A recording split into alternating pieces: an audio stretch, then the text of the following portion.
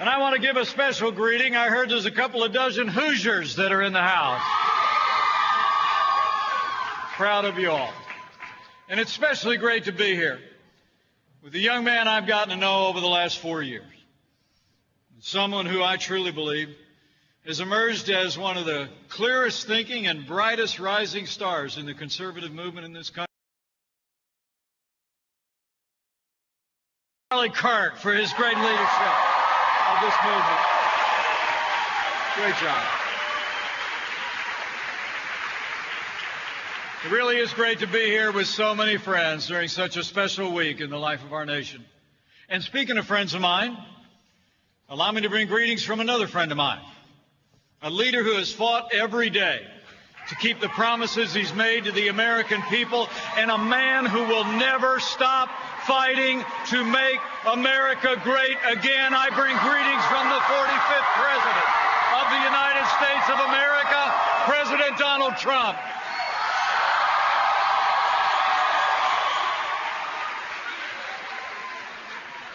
You know, it's amazing to think, with your support, President Trump and our team received more than 74 million votes across America. 10 million more than in 2016, and more votes than any incumbent president in American history. We flipped 12 seats in the United States Congress. And the president actually received the greatest share of minority votes for a Republican president in 60 years.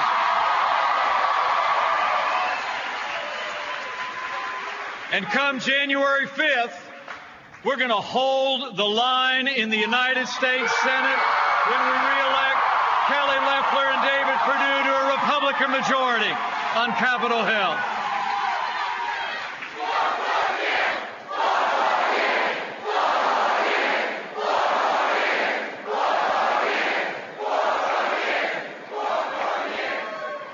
And as our election contest continues, I'll make you a promise. We're going to keep fighting until every legal vote is counted. We're going to keep fighting until every illegal vote is thrown out.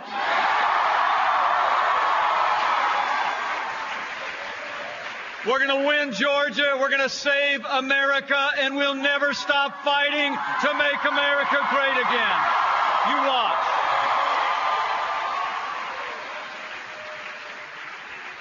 But I came here today after what I know has been a great conference here at Turning Point, just to say thank you. Thank you for your support. Thank you for your hard work, your enthusiasm, and your prayers. But I came here today to say to the men and women of Turning Point USA, stay in the fight.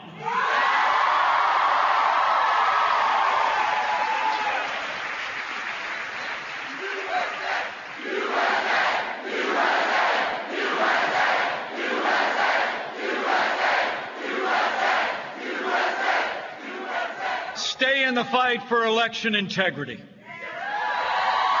Stay in the fight to defend all we've done. And stay in the fight from this Student Action Summit and every day forward to keep America great.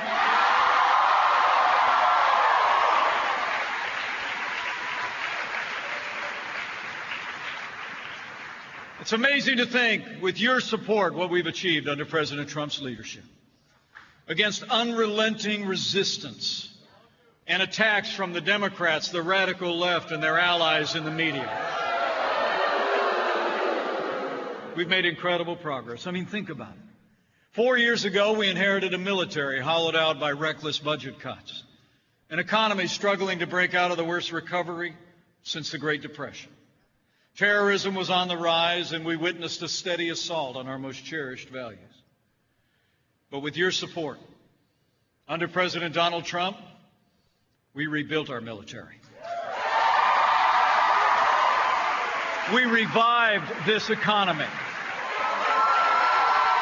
We secured our border, stood with law enforcement. And we fought for life and liberty and the Constitution of the United States of America.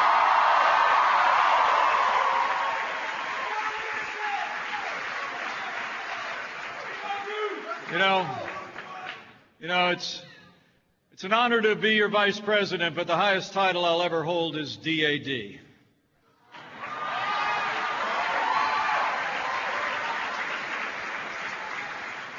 And as your vice president and as the proud father of a United States Marine,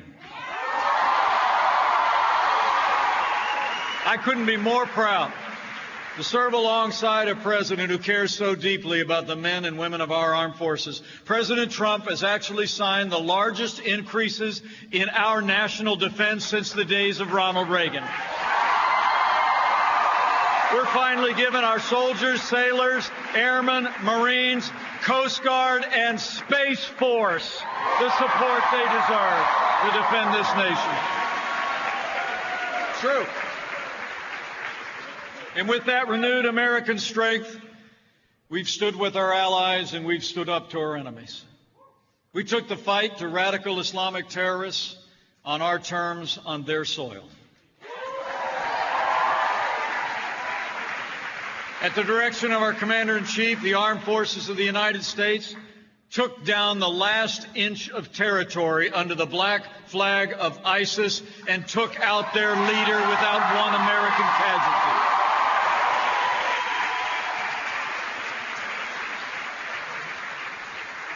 And President Trump withdrew from the disastrous Iran nuclear deal. And when the most dangerous terrorist in the world, an Iranian general responsible for the death of hundreds of American service members, was in our sights, President Trump took action and Qasem Soleimani is gone.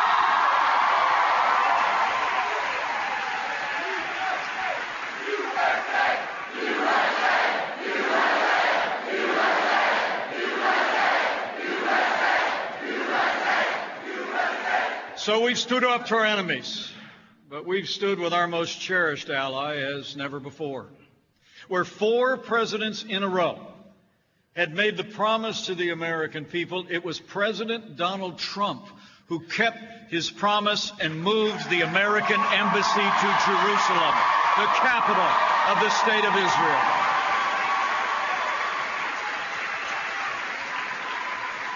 And now, for the first time in 26 years, 4 Arab countries have recognized Israel's right to exist. That is peace through strength.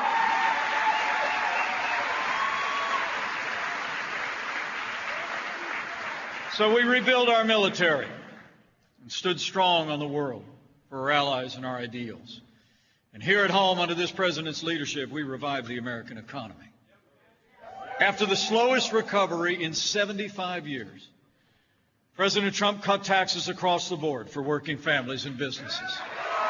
We rolled back regulation at a historic pace, fought for free and fair trade, and unleashed American energy. In fact, it was 3 years ago today that President Trump signed the largest tax cuts and tax reform in history.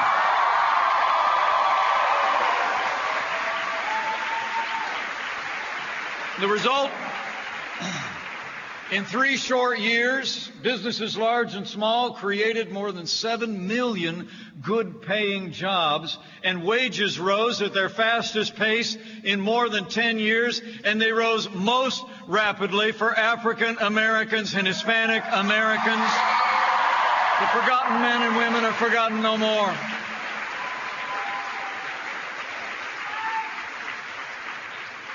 After our first 3 years in office, more Americans were working than ever before. And then 2020 arrived. And the coronavirus pandemic struck from China.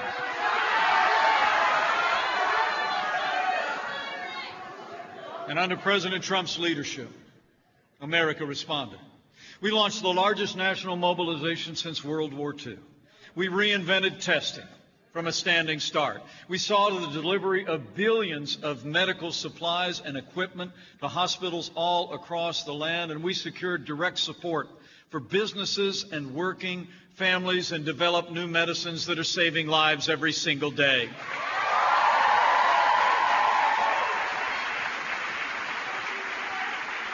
It's amazing to think, at the height of this pandemic, 22 million Americans lost their jobs all across the country.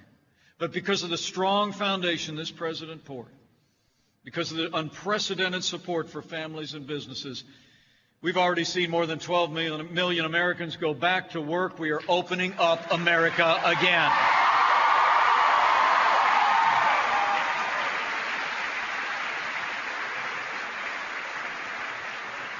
And most important of all, after a year of hardship and heartbreak for the American people, President Trump delivered on his promise, and today we have not one but two safe and effective coronavirus vaccines being administered all across America.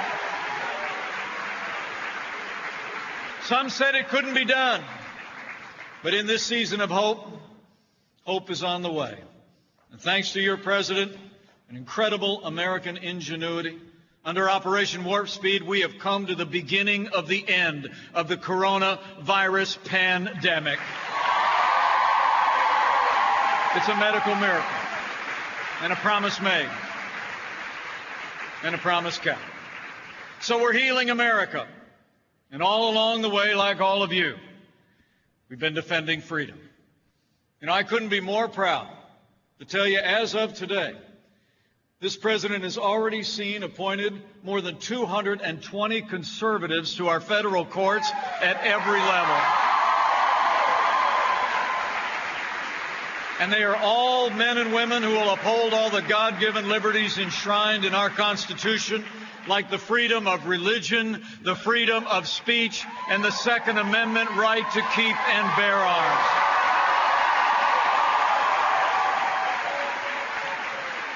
And that includes Justice Neil Gorsuch, Justice Brett Kavanaugh, and Justice Amy Coney Barrett.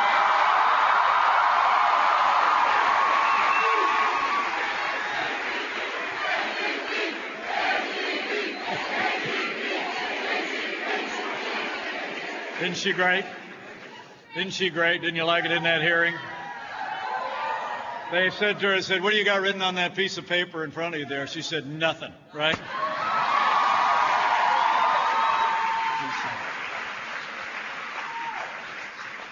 And those appointments are more important than ever before. Because the truth is, before we took office under the last administration, you remember it, we saw a steady assault on our values and on our freedoms. The last administration actually trampled on the religious liberty of Americans, violated the conscience rights of doctors and nurses and religious charities. They even hauled a group of Catholic nuns into federal court to order them to compromise their faith to live under the standards of Obamacare. In fact, we saw that religious intolerance writ large when Amy Coney Barrett was up for a Court of Appeals post a couple years ago, you remember? The number one Democrat on the Judiciary Committee said that she was concerned about Amy Coney Barrett's Christian faith. In fact, she said, and I quote, because, quote, the dogma lives loudly within you. And Hollywood liberals have been attacking Amy Coney Barrett for her Christian faith ever since, haven't they? Well, I got news for the Democrats in Washington and their Hollywood friends. That dogma lives loudly in me. That dogma lives loudly in you. And the right to live and worship according to the dictates of our faith lives loudly in the Constitution of the United States of America.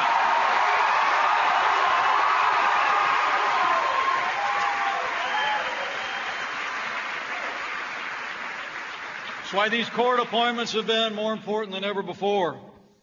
It's also why that Georgia race, Loeffler and Perdue, are more important than ever before. In working with all of you, we've defended our first freedom, the freedom of religion. But we've also stood strong for the freedom of speech on campuses across America.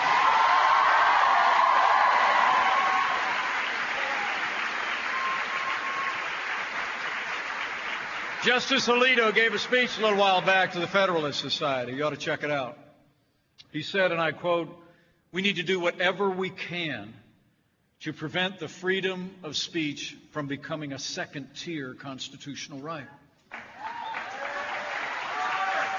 And that's just what we've done. Under President Trump's leadership, we've gone into federal court to defend the freedom of speech on campuses in America, and this president signed an executive order directing federal agencies to tie research grants to the defense of the freedom of speech.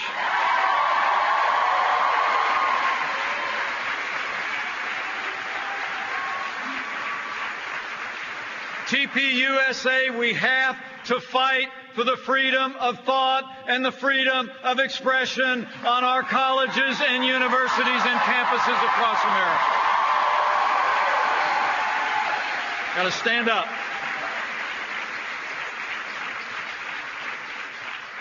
The President has stood strong, our entire administration, for all of our freedoms and the values that have made this country great. And maybe most of all to me, I couldn't be more proud to be Vice President to a president who has stood without apology for the sanctity of human life. President Donald Trump is the most pro-life president in American history.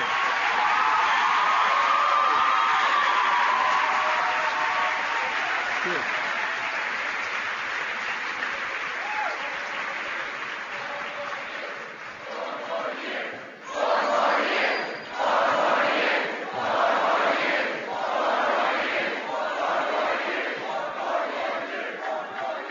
So I don't think I have to tell you this. So for all we've done, for all we have yet to do, stay in the fight.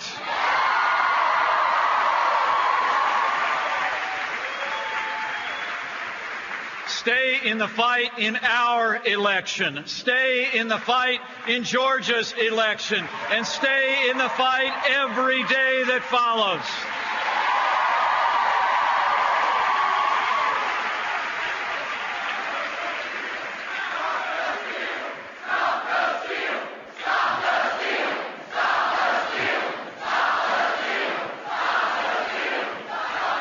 We need you to stay in the fight, to be a check on what the Democrats and the radical left want to do and what they want to undo, all that we've done. You know, our agenda is about American greatness. Their agenda is about American decline. Where we cut taxes, rolled back regulation, and advanced freedom, their agenda is higher taxes, open borders, socialized medicine, a Green New Deal, and abortion on demand. They want to make rich people poorer and poor people more comfortable. We have fought to make every American richer, and that's exactly what we've done. Under President Donald Trump, median household income in America rose by the largest amount ever recorded. A rising tide lifts all boats.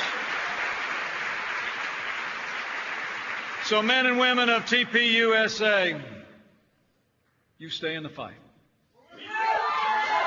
To finish what we started, the President and I are counting on all of you.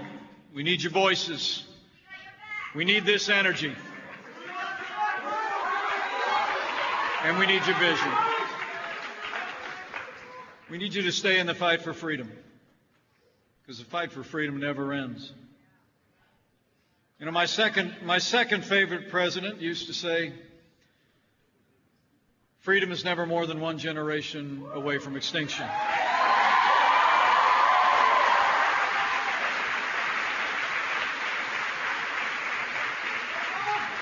But looking out at the enthusiasm represented here in this generation, I believe we're going to win this generation for freedom.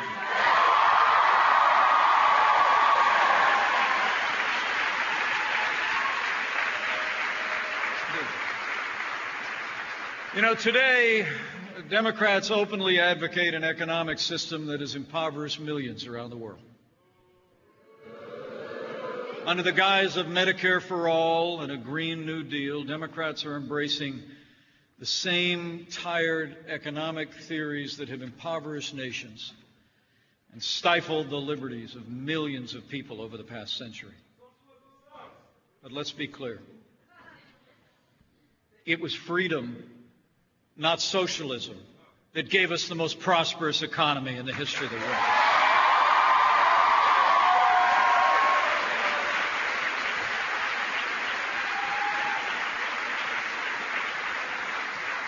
It was freedom, not socialism, that ended slavery, won 2 world wars, and stands today as a beacon of hope for all the world.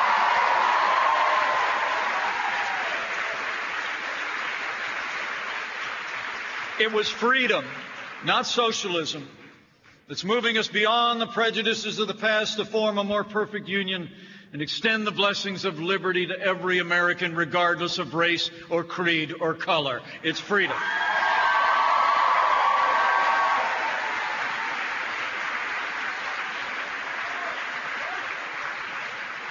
You here at TPUS understood that it was freedom, not socialism, that gave us the highest quality of life, the cleanest environment on earth, has improved the health and well-being of millions around the world. And so I challenge you in this generation, on this day and every day forward, to speak with one voice that America will be a land of freedom and America will never be a socialist country.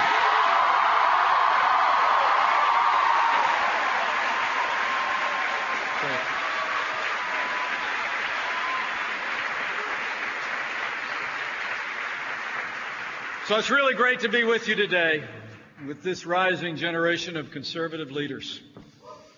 You are an impressive sight. And I came here today to thank you and to challenge you, because this is your moment. You know, 3 years ago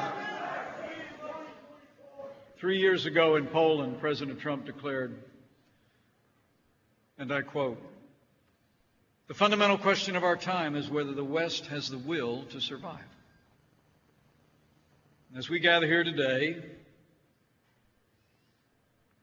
we should ask ourselves the very same question. Do you have the confidence in our ideals and values to defend them against opposition and resistance and criticism and ridicule? Do you have the courage to fight for freedom? But looking out across this room, I know you do.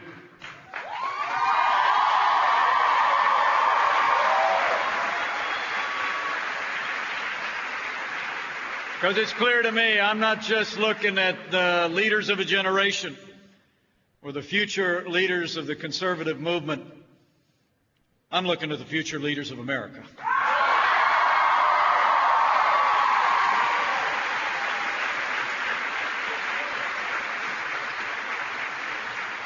So as I close, let me just give you a word of encouragement. I want to encourage you to have faith. Have faith in yourselves and in your own capacity to make a difference in the life of your family, your community, your state, your nation. Speak your dreams. It's the first test of someone that would step into the public square. You've got to be willing to look people in the eye and say, I've got a heart to serve, and I'm willing to step forward and help lead America. You do that. Believe in yourself.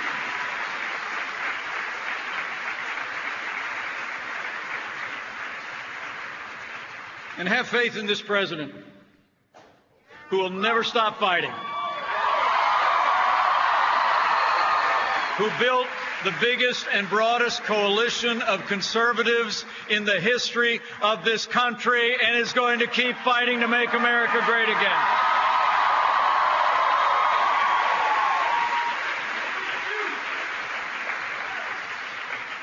Have faith in the American people. You know, I truly do believe that a careful study of American history shows every time the American people are presented with a vision and with leadership founded in freedom, the American people choose freedom every time.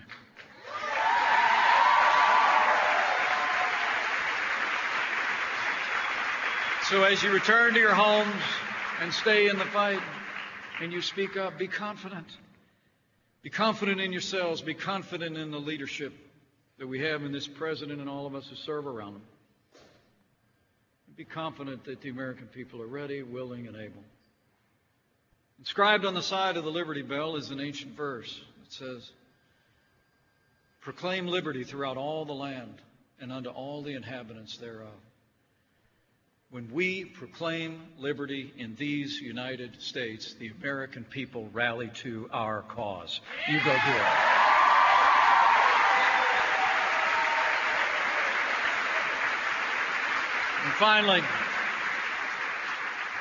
And finally, after this challenging year, if you're of a mind on this Christmas week, I'd encourage you to take time to be still. Reflect on the blessings in your life, the blessings of your families, the blessings of having been born and raised in the greatest nation in the history of the world.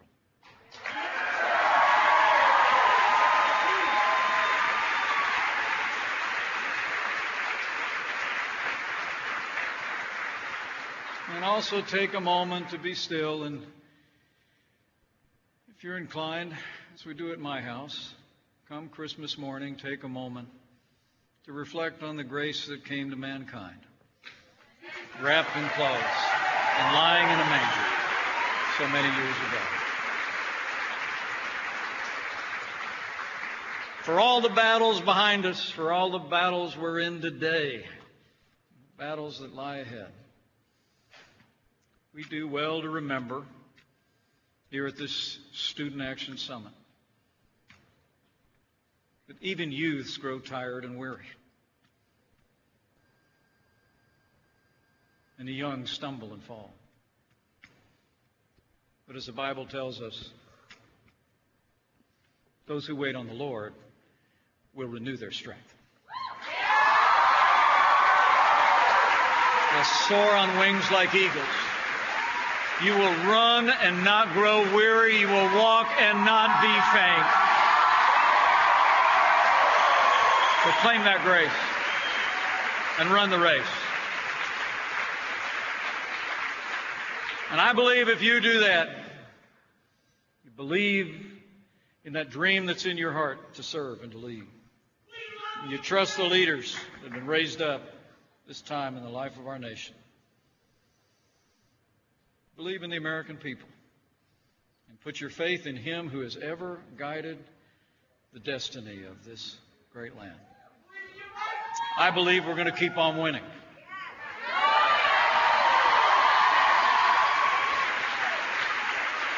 We're going to keep our freedom for this generation and the next. And the best days for the conservative movement and for the United States of America are yet to come. Thank you all very much. God bless you. God bless America.